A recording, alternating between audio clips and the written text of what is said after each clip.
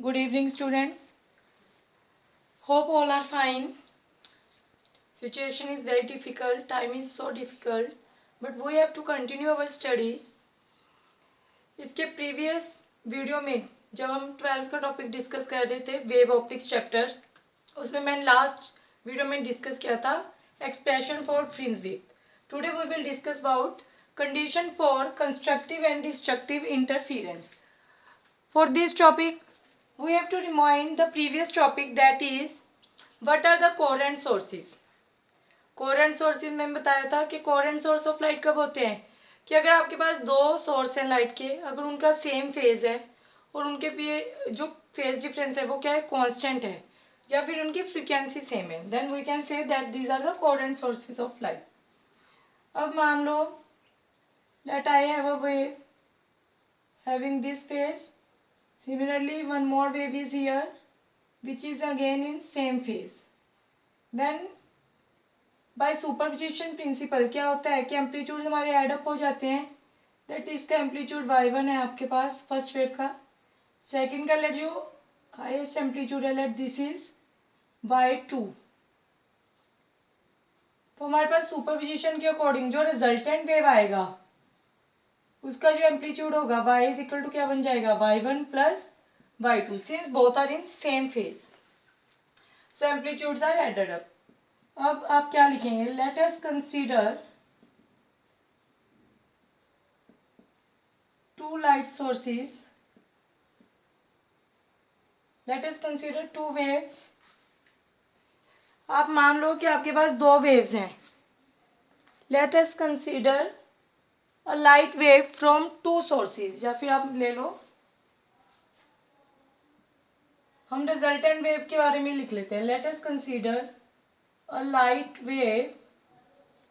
जो ये वाली लाइट वेव है ये कहाँ से आएगी, दो सोर्सेज से.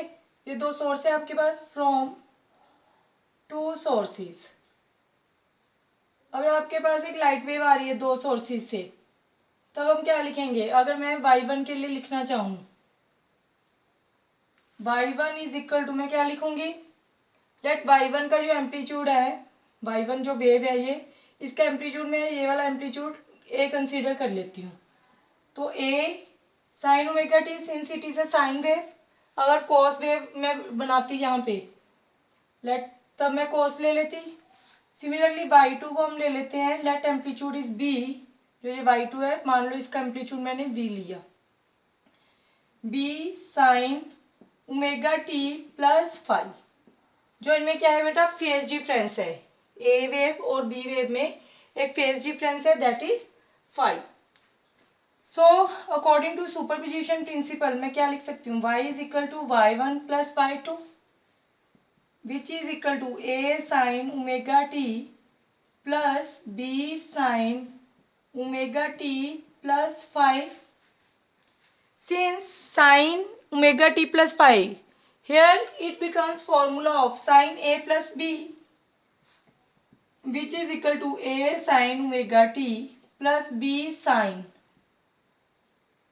a plus b का फार्मूला मैं यहाँ लिख रही हूँ. here formula becomes sin a plus b, which is equal to sin a cos b plus cos a sin b.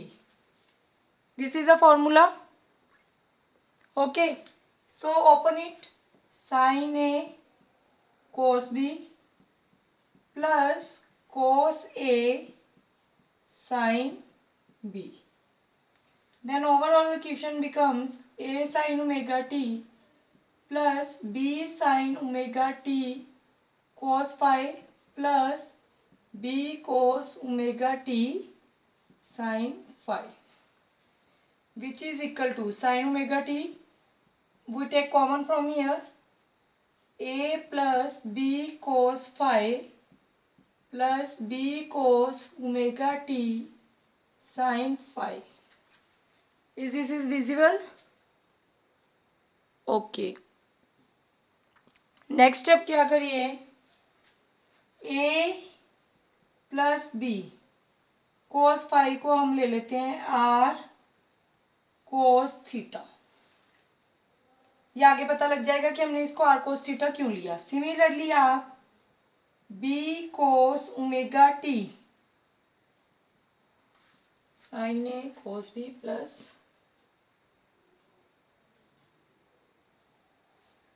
Sign A cos B plus में ले लीजिए, इसको ले लो आप बी साइन थीटा को, सॉरी बी साइन फाई को ले लो R sine of theta.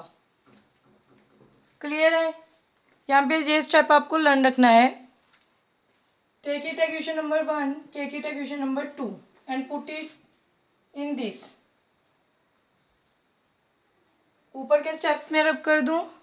Okay, one more step I write down here, y is equal to sine omega t, a plus B cos phi को मैंने R cos theta plus B sine phi को मैं R sine theta लिख सकती हूँ, R sine theta cos omega T.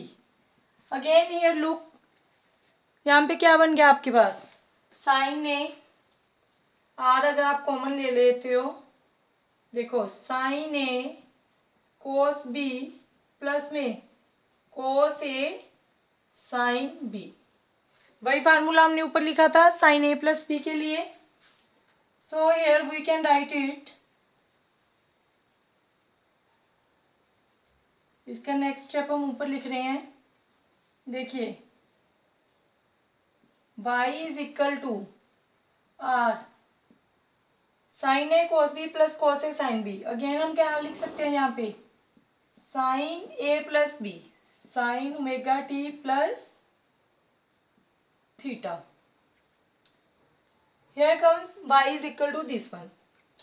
देखिए वहां पे जब y1 लिया था हमने, y1 is equal to a sine omega T, here a is the amplitude, similarly in this case r is the resultant amplitude, जो दोनों वेव्स का हमारे पास रिजल्टेंट एम्पलीट्यूड आ रहा है, r is the resultant amplitude. How we can calculate it? Take these equations, which is r cos of theta था, a plus b cos phi को हमने ये लिखा था ना, a plus b cos phi को हमने क्या लिखा था, r cos of theta, squaring and adding equation 1 and 2 we get, इसकी स्क्वायरिंग करेंगे हम, a plus B cos phi का स्क्वायर प्लस में अगेन b साइन फाई का स्क्वायर इज इक्वल टू, इधर से ऐड करिए इसको, R square cos square theta plus R square sine square theta. इसको ओपन करेंगे, a प्लस बी का whole square, A square plus B square plus 2ab cos theta plus में again B square sine square phi is equal to R square common इसमें से, cos square theta plus sine square theta, again A square plus यहाँ से आपके पास B square common आ जाएगा, cos square phi plus sine square phi plus 2ab cos phi is equal to R square cos square theta plus sine square theta 1 आ गया, again A square plus B square cos square theta plus sine square theta 1 plus 2ab cos phi is equal to R square, और R comes out to be, आपने resultant amplitude निकालना था, तो resultant amplitude क्या आ जाएगा, R is equal to root of A square plus B square plus 2ab cos of phi. This is our resultant amplitude, that is r. Now we have to check the condition that where it is maximum and where it is minimum. Constructive and destructive का meaning यही है कि maximum ये कहाँ है आपका, minimum कहाँ पे है। So check this conditions. देखिए अब हम इस इक्वेशन को लेके चलेंगे, for R to be maximum, R maximum कब होगा, similarly for R to be minimum, R minimum कब होगा। देखो आर मैक्सिमम तब होगा अगर आपका कोस फाई क्या होगा, if cos phi is maximum, cos phi की मैक्सिमम वैल्यू, कोस फाई हमारा लाई करता है -1 to 1, मैक्सिमम वैल्यू इसकी कितनी है, means 1, cos phi is equal to 1, 1 value कहाँ पे आती है, cos phi is equal to 0, phi is equal to या तो 0 पे, अगेन 2 पाई पे, then 4 pi up to so on, means हम क्या लिख सकते हैं, that phi is equal to N pi लिख सकते हैं, where N is equal to 0, then अगर 1 पुट करेंगे आप यहाँ पे 0,2, सॉरी हम यहाँ पे लिखेंगे phi is equal 2 and 5 general terms में, 0,1,2,3 अप टू सोन, अगर 0 पुट करोगे तो 0, 1 पुट करेंगे तो 2 पाई, देन 3 पुट करेंगे अगर आप यहाँ पे तो 6 पाई, 2 पुट करेंगे तो 4 पाई, ठीक है, so on. Similarly for R to be minimum, तो यहाँ पे वैल्यू पुट कर दो, R is equal to maximum के लिए A square plus B square plus 2ab, cos phi कितना होना चाहिए आपके पास 1 और उसका रूट, और आर इज इक्वल टू इसको हम क्या लिख सकते हैं, ए प्लस बी का whole square and it's root, और आप इसको क्या लिख सकते हो, रूट और square root cancel, so R is equal to A plus B, for R should be maximum, resultant आपका मैक्सिमम कब होगा, अगर cos फाई क्या है 1। सिमिलरली आर मिनिमम के लिए हम क्या ले लेंगे, cos phi should be minimum, cos phi अगर मिनिमम होगा, cos फाई -1, -1 इसकी वैल्यू कहाँ पे है फाई की, पाई पे, cos 180 -1, then 3 pi, then 5 pi up to so on, means और डिजिट्स पे, सो फाई को आप क्या लिख सकते हो 2n - 1 इंटू पाई, वेयर आपके पास n क्या हो सकता है, यहाँ पे 0 पुट करिए, सॉरी 1 पुट करिए, 1 2 3 अप टू सोन, 1 पुट करेंगे 2 - 1 1 पाई, 2 पुट करिए 4 - 1 3 पाई, 3 पुट करेंगे 6 - 1 दैट इज 5 पाई, सो हमारे पास रिजल्टेंट आर मिनिमम के लिए यहाँ पे आप लिख सकते हो आर मैक्सिमम, सिमिलरली यहाँ पे आप लिख सकते हो आर मिनिमम, आर मिनिमम कब होगा, A square plus B square plus 2ab, cos phi कितना होना चाहिए -1, which is equal to A square plus B square plus minus minus 2ab and it's root, और it is equal to a minus B whole square and it's root, so again square root and root cancel, R minimum हमारा बन गया that is a minus B, so these are the conditions for are maximum and R minimum. अब देखिए हमारे पास एक हमने पढ़ा था पार्ट डिफरेंस, पार्ट डिफरेंस क्या होता है आपके पास, what is the formula for path difference, path difference आपका होता था, आई write down here,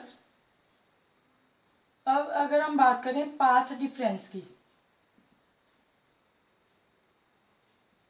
maximum means constructive के लिए ये कंडीशन, डिस्ट्रक्टिव मिनिमा के लिए ये कंडीशन, ठीक है, पार्ट डिफरेंस आगे होता है आपका, let we denote it by x, lambda upon 2 pi into में 5, अब देखो पार्ट डिफरेंस मैक्सिमम के लिए लैम्डा अपॉन 2 पाई, 5 यहाँ पे कितना आया था आपका 2 एन पाई के इक्वल आया था ना, मैक्सिमा के केस में 2 से 2 कैंसिल, पाई से pi cancel, path difference should be lambda n, clear है।